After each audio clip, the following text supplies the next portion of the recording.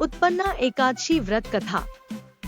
सतयुग में मुर नाम का दैत्य उत्पन्न हुआ। वह बड़ा बलवान और भयानक था। उस प्रचंड दैत्य ने इंद्र, आदित्य, वसु, वायु, अग्नि आदि सभी देवताओं को पराजित करके भगा दिया। तब इंद्र सहित सभी देवताओं ने भयभीत होकर भगवान शिव से सारा वृत्तांत कहा और बोले, हे कैलाशपति, मुर दैत्य से भयभीत होकर सब देवता मृत्यु लोक में फिर रहे हैं।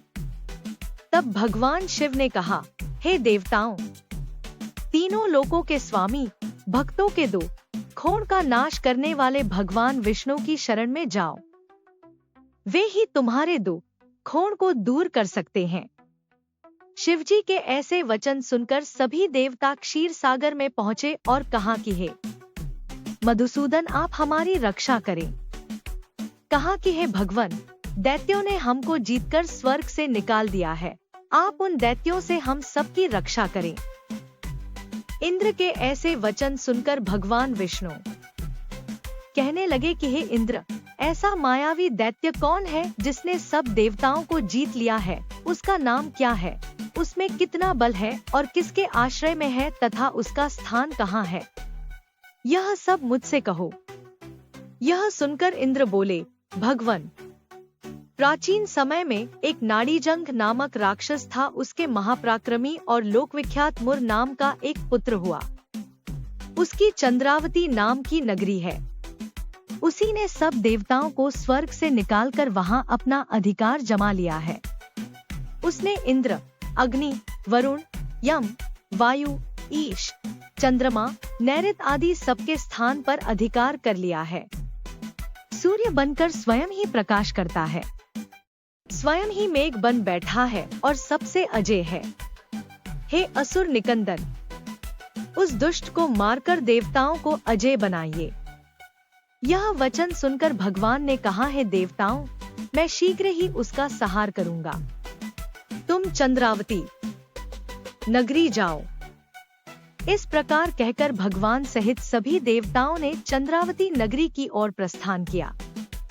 उस समय दैत्य मुर सेना सहित युद्ध भूमि में गरज रहा था। जब स्वयं भगवान रणभूमि में आए तो दैत्य उन पर भी अस्त्र, शस्त्र, आयुध लेकर दौड़े तो विष्णु ने उन्हें सर्प के समान अपने बाणों से बींध डाला। बहुत से दैत्य मारे गए, केवल मुर बचा रहा। वह अविचल भाव से भगवान के साथ युद्ध करता रहा। भगवान जो भी तीक्ष्ण बाण चलाते वह उसके लिए पुष्प सिद्ध होता। उसका शरीर छिन्न भिन्न हो गया, किंतु वह लगातार युद्ध करता रहा। दोनों के बीच मल्लयुद्ध भी हुआ। 10,000 वर्ष तक उनका युद्ध चलता रहा, लेकिन मुर नहीं हारा। थककर भगवान बद्रिकाश्रम चले गए। वहां हेमवती नामक सुंदर गुफा थी। उसमें विश्राम करने के लिए भगवान उसके अंदर प्रवेश कर गए। यह गुफा 12 योजन लंबी थी और उसका एक ही द्वार था। विष्णु भगवान वहां योग निद्रा की गोद में सो गए। मुर भी पीछे पीछे आ गया और भगवान को सोया देखकर मारने को उद्यत हुआ। तभी भगवान के शरीर से उज्ज्वल कांतिमय रूप वाली देवी प्रकट हुई। देवी ने राक्षस मुर को ललकारा, युद्ध किया और उसे तत्काल मौत के घाट उतार दिया। श्री हरि जब योग निद्रा की गोद से उठे तो सब बातों को जानकर उस देवी से कहा कि आपका जन्म एकादशी के दिन हुआ है, अतः आप उत्पन्ना एकादशी के नाम से पूजित होंगी। आपके भक्त वही होंगे जो मेरे भक्त हैं। पूजा विधि: एकादशी के दिन ब्रह्मा मुहूर्त में उठकर स्नान आदि से निवृत्त होकर व्रत संकल्प ले। पूजा के दौरान भगवान विष्णु को पीली मिठाई का भोग लगाना चाहिए, क्योंकि पीला रंग भगवान श्री हरि का प्रिय माना गया है। भगवान विष्णु के साथ साथ माता लक्ष्मी जी का भी पूजन करें। इस दिन पीपल के पेड़ में जल अर्पित करना भी शुभ माना जाता है। एकादशी तिथि गाय के दूध, कच्चा दूध में केसर मिलाकर भगवान विष्णु का अभिषेक करें। आप उत्पन्ना एकादशी के दिन दक्षिणावर्ती शंख में गंगाजल भरकर भी भगवान विष्णु और माता लक्ष्मी का अभिषेक कर सकते हैं। इससे साधक को भगवान विष्णु की कृपा प्राप्त होती है। उत्पन्न एकादशी का व्रत यदि आप रखना चाहते हैं कि दशमी की रात्रि से ही आपको भोजन का त्याग करना होगा। दूसरे दिन प्रातः काल उठकर स्नान आदि से निवृत्त होकर व्रत का संकल्प लेना होगा।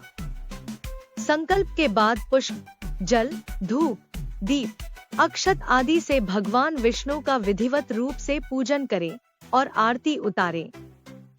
इसके बाद उन्हें केवल फलों का ही भोग लगाएं। इसके साथ ही समय समय पर भगवान विष्णु का सुमिरन करना चाहिए। शाम को श्रीहरि विष्णु की संध्या पूजा करें और भोग लगाएं। रात्रि में पूजन के बाद जागरण करें। अगले दिन द्वादशी को विधिवत रूप से पारण से पहले किसी ब्राह्मण को भोजन कराएं तथा दान दक्षिणा दें। तत्पश्चात ही स्वयं पारण अथवा भोजन करें।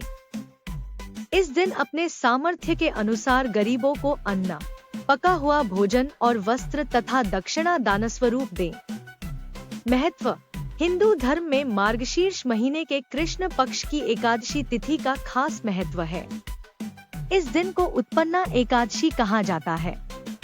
एकादशी के दिन विधि विधान से भगवान विष्णु की पूजा अर्चना की जाती है। एकादशी तिथि भगवान विष्णु को समर्पित होती है। दोस्तों, कथा अच्छी लगी हो तो प्लीज चैनल को सब्सक्राइब, लाइक एवं शेयर करें। धन्यवाद।